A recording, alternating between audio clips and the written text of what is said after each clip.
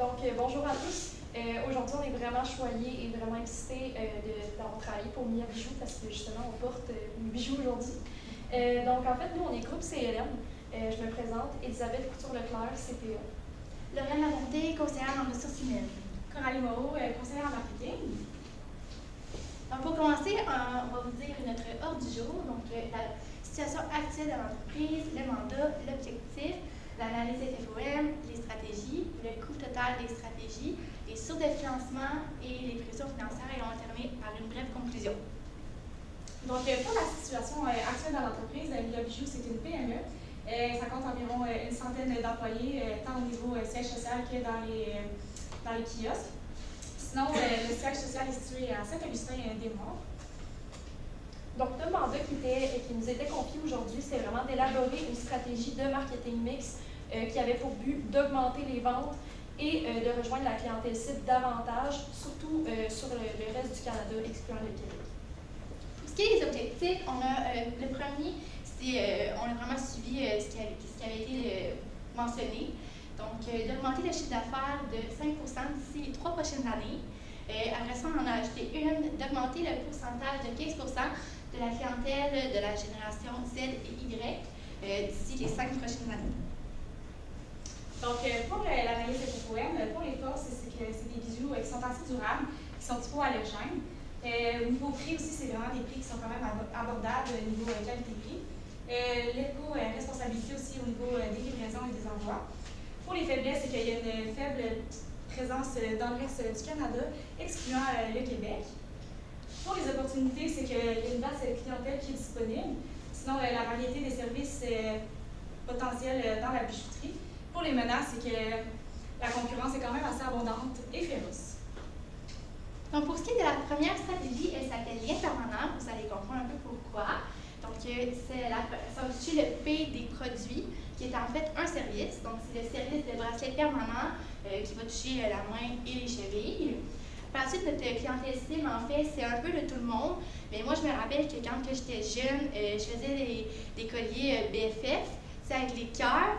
Bien là, ça va lier, au lieu de lier comme un collier, c'est vraiment des bracelets qui vont être liés, soit des amoureux, des frères et sœurs, des amis. Par la suite, pour ce qui est du développement durable, il y aura moins de gaspillage parce qu'en fait, on s'engage à avoir un bracelet parce qu'il est justement permanent. On ne peut pas s'en départir facilement, donc c'est ça, il y a un engagement. Par la suite, pour le P des prix, en fait, on s'est basé sur plusieurs aspects pour établir un prix. Donc, premièrement, le matériel, c'est évident que le matériel qui va être utilisé, il faut absorber le coût, ainsi que la formation, parce que les employés doivent être formés pour souder le bracelet. Par la suite, le service va être une durée de 10 à 15 minutes. Donc, tout ça va faire en sorte qu'on pense qu'entre 100 et 125 $ par bracelet va être un prix qui va être juste. Par la suite, pour les impacts, donc c'est sûr que ça va toucher plusieurs points, dont la technologie. Donc, on pense que ça serait important de prendre des rendez-vous pour ce type de service parce que l'employé doit être prêt pour avec son matériel pour faire le service de bracelet permanent. Par la suite, les ressources humaines, il faut former les employés pour qu'ils savent comment faire, notamment par rapport pour ne pas se brûler. Il faut savoir connaître le matériel.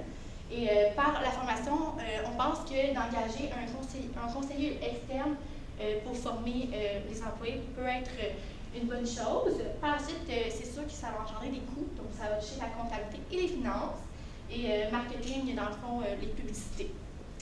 Donc, le coût de la stratégie, pour commencer, ça va toucher les équipements.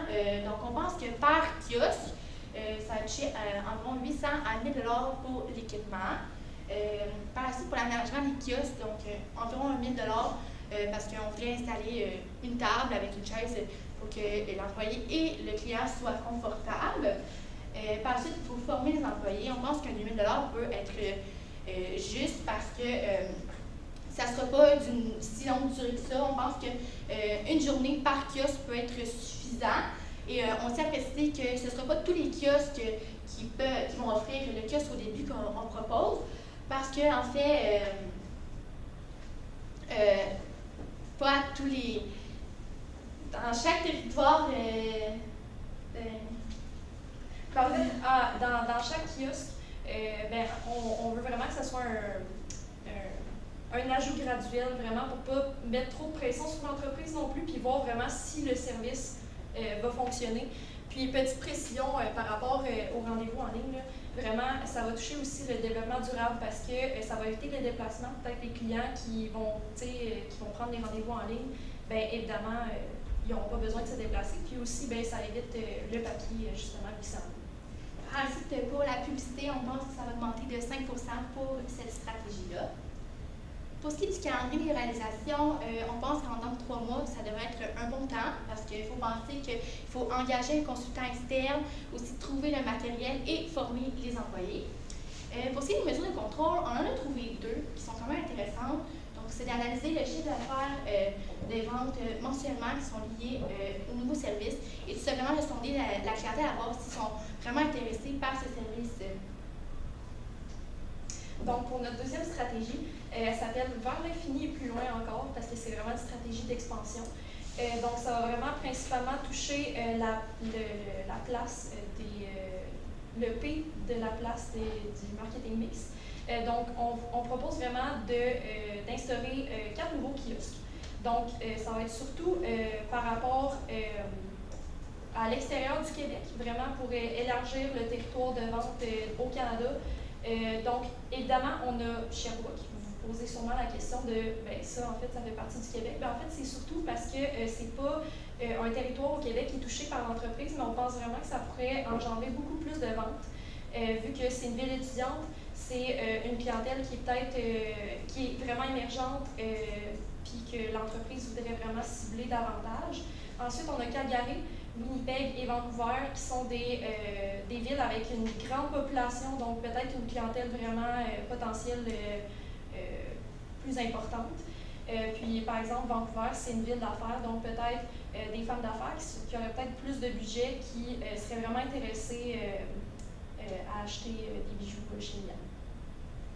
Pour les impacts de la stratégie, évidemment, ça va toucher les ressources humaines, vu que on va engager des nouveaux employés pour les nouveaux kiosques. Puis ensuite, ça va toucher la comptabilité et les finances, vu que ça va engendrer des coûts. Pour justement, parlant des coûts de la stratégie, pour les employés, on a vraiment fait une approximation. On s'est dit 4 employés par kiosque, environ 2 par jour qui seraient présents, ça peut être 1 aussi. Environ 17 $ de l'heure, mais ça va être vraiment à la discrétion de l'entreprise selon leurs normes. Puis, pour l'instauration des kiosques, on a à peu près 15 000 $ par kiosque pour justement l'aménagement. Pour ce qui est du calendrier des réalisations, en fait, ça va être à peu près un 5 à 7 mois qui va être pris par cette stratégie-là, parce qu'évidemment, ben là, on va commencer par rechercher les employés, les engager. Ensuite, il faut les former, bien évidemment. Ça va être soit fait dans les kiosques déjà instaurés, si possible, sinon ça va être vraiment attendre que les nouveaux kiosques soient aménagés et fonctionnels pour les former à ce moment-là. Puis, pour ce qui est de la mesure de contrôle pour cette stratégie-là, ça va être d'analyser le chiffre d'affaires des kiosques, des nouveaux kiosques à chaque semaine. Donc, pour la dernière stratégie, c'est vos petits bijoux. Ça va toucher le 4e P du marketing mix, donc la publicité. Donc, ce qu'on vous propose, c'est peut-être faire affaire avec une influenceuse, dont Chez Mitchell. On a fait affaire avec le nom, fait référence avec le nom dans le fond Petit Bijou, puisqu'elle a fait partie de la série Pretty Little Liar. Donc, Chez Mitchell, c'est une femme qui est quand même assez élégante.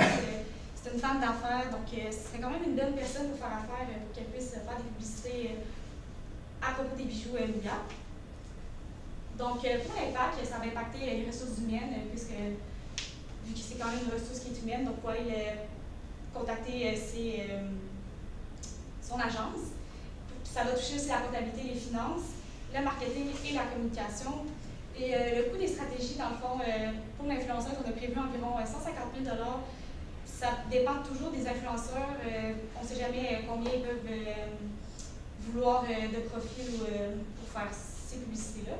Sinon, pour la publicité, on prévoit une augmentation d'environ 3 %. Pour le calendrier des réalisations, on a prévu 2 à 3 mois, puisqu'il faut quand même contacter l'agence.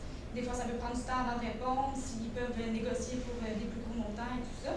Sinon, les mesures de contrôle, c'est c'est d'analyser le taux de conversion après la publicité hebdomadairement.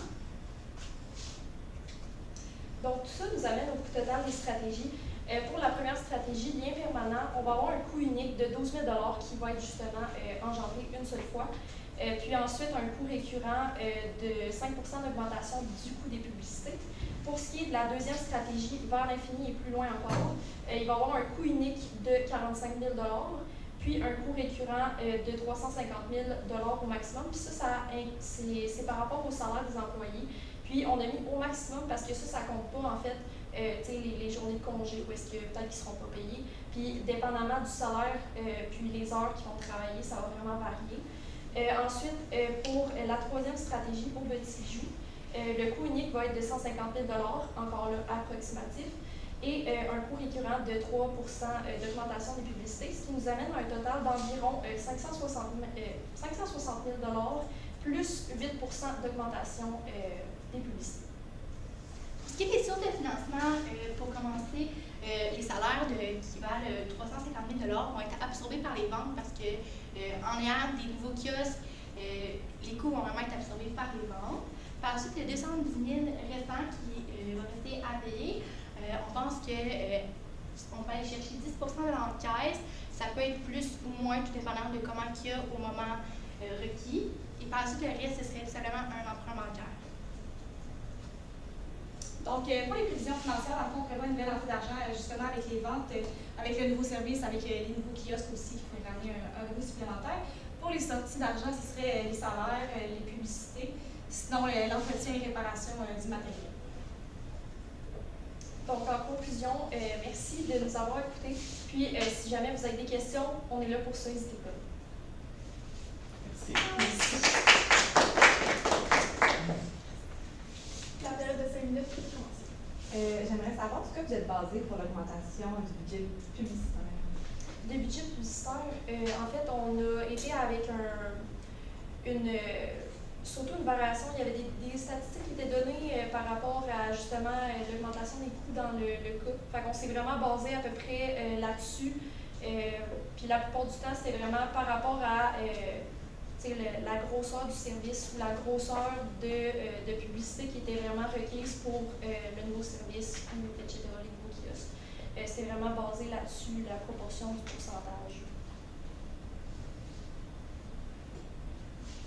Ce qui est du lien permanent, c'est très actuel, c'est en augmentation, on voit de plus en plus de gens qui veulent faire ça, mais comment ça va permettre à l'IA d'aller augmenter sa notoriété dans le reste du Canada? Je peux répondre. En fait, ça, c'est un service qui est vraiment beaucoup aux États-Unis en ce moment. Au Canada, c'est pas. J'en ai vraiment pas vu beaucoup. C'est très, très rare. Donc, offrir ce service-là qui a une certaine rareté, ça pourrait amener justement une notoriété parce que c'est quelque chose de nouveau. Ça amène une certaine curiosité aussi. Donc, je pense que ça peut vraiment aider à ce niveau-là. Pour les kiosques, pourquoi vous avez pas décidé d'en ouvrir un À Toronto. ou en Ontario? On a déjà un à Ottawa, puis on voulait vraiment se concentrer, pas en créer plus que 5, parce que là, on en a créé comme 4 de plus, mais on voulait vraiment essayer d'aller dans différentes provinces, au moins un pour commencer, parce que ça, il y en a déjà un à Ottawa, en Ontario. C'est ça, puis on avait vraiment une liste des plus grandes villes dans le Canada au complet qui avaient le plus de population. Fait qu'on a pris tout simplement les villes avec une plus grande population, qui serait vraiment un marché potentiel peut-être un peu plus intéressant, mais je comprends l'interrogation, c'est vraiment... J'ai peut-être une petite question. Au début, vous mentionnez la cible étant très large, on parle un peu à tout le monde. Avez-vous réussi à préciser une certaine cible un peu plus spécifique? Puis, je fais une deuxième question en même temps. L'influenceur chez Mitchell que vous avez ciblé, qui rejoint la femme professionnelle, c'est déjà un créneau qu'on possède bien. Il y a d'autres créneaux, génération Y, Z, milléniaux, qui peuvent être intéressants pour nous. Bref, pouvez-vous me parler un peu plus de vos cibles dans le cadre de vos stratégies? Je les trouve un peu larges. En fait, on a dit un peu tout le monde, mais c'est surtout les femmes, la plupart du temps. Puis justement, vous l'avez mentionné, c'est les femmes peut-être qui ont un peu plus de budget, qui veulent surtout se faire plaisir pour s'acheter des bijoux pour le plaisir, puis vraiment, tu sais, plus moderne, tu sais, les personnes vraiment, tu sais, les femmes urbaines, je pense que ça serait une belle façon de les décrire. Puis sinon, pour les influenceuses, ça serait de... Ben, c'est parce que dans le fond, Marie est plus connue au Québec. Puis chez Mitchell, elle est un peu plus connue au plus large aussi. Elle est connue aussi sur YouTube. Donc les générations plus jeunes, les parents ne sont pas toujours nécessairement sur YouTube. Donc ça pourrait aider aussi à ce niveau-là.